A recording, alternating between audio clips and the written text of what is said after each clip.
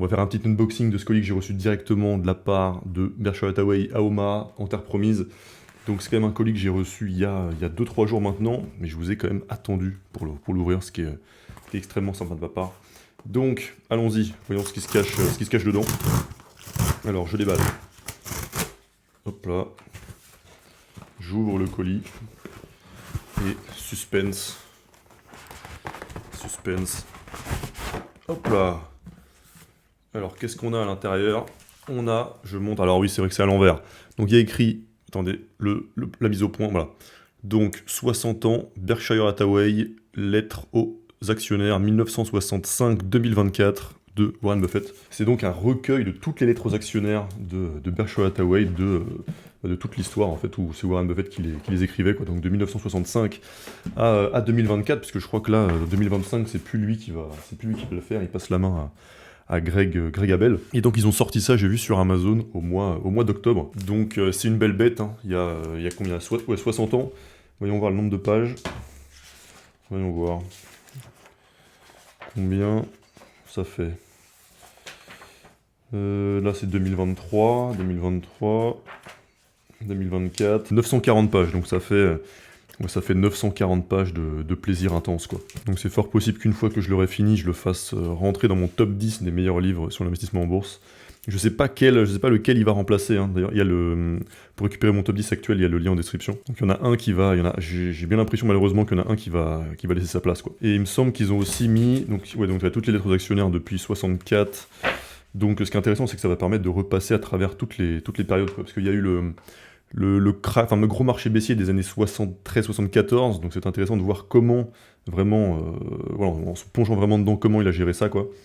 Parce que c'est là où il a fait ses meilleurs investissements, avec des années, plusieurs années à plus 100% de performance, quoi. Quand, à l'époque où personne voulait acheter des actions, quoi, dans les années deuxième moitié des années 70. On va revoir son achat de comment ça s'appelle, de American Express, achat de Coca-Cola, achat d'Apple aussi, etc. Tous ces plus gros investissements.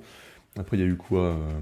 Ouais, tout ce qui est bulle Internet aussi, comment il a géré ça dans les années juste avant et comment il analysait ça. Il y a eu quoi d'autre? Le crack de 2008, le Covid, etc. Donc ça va être intéressant. Et je crois qu'ils ont aussi ajouté d'autres textes. Il n'y a pas que les lettres aux actionnaires. Tiens, ici, un petit graphique. Bon, ça va être à l'envers pour vous, mais c'est pas très grave.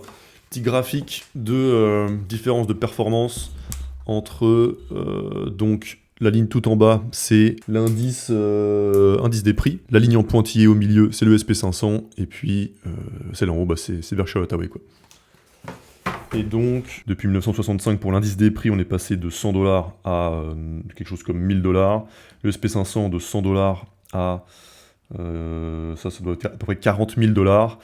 Mais Berkshire Hathaway, c'est de 100 $ à 6 millions de dollars, quoi.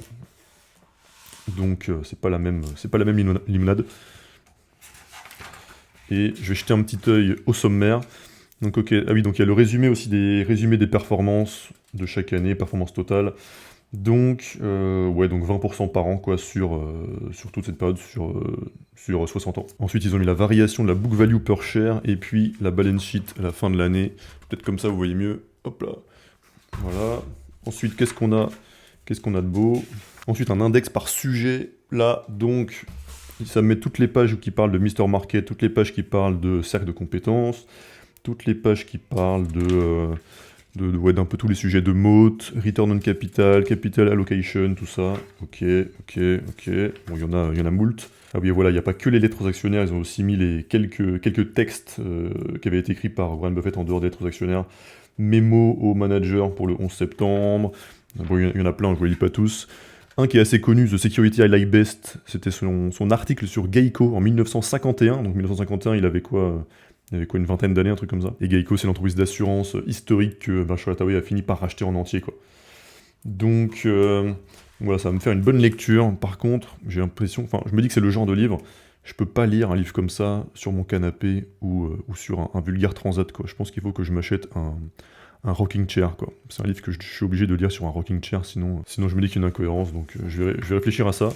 Je vous remontre la bête, je pense que ça fait une bonne lecture. Donc toutes les transactionnaires de l'histoire de Berkshire Hathaway, quoi, depuis 65 à 2024.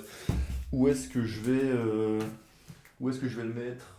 Je vais peut-être le mettre Je pense que je vais le mettre à côté de fromage, les meilleures recettes, des rencontres et des savoir-faire. Je pense que c'est la meilleure place. Donc voilà, je vais lire ça dans mon rocking chair. J'espère que j'aurai donné une bonne idée de lecture à certains. Par contre, je vois qu'il est légèrement abîmé. Il y a une petite trace ici, petite déception. Enfin bref, je rappelle qu'en description, il y a un lien pour récupérer le top 10 de mes livres préférés sur l'investissement en bourse, spécifiquement sur le stock picking, hein, juste sur les actions, pas sur les ETF et tout ça. Et puis, on se retrouve pour la prochaine vidéo. A plus!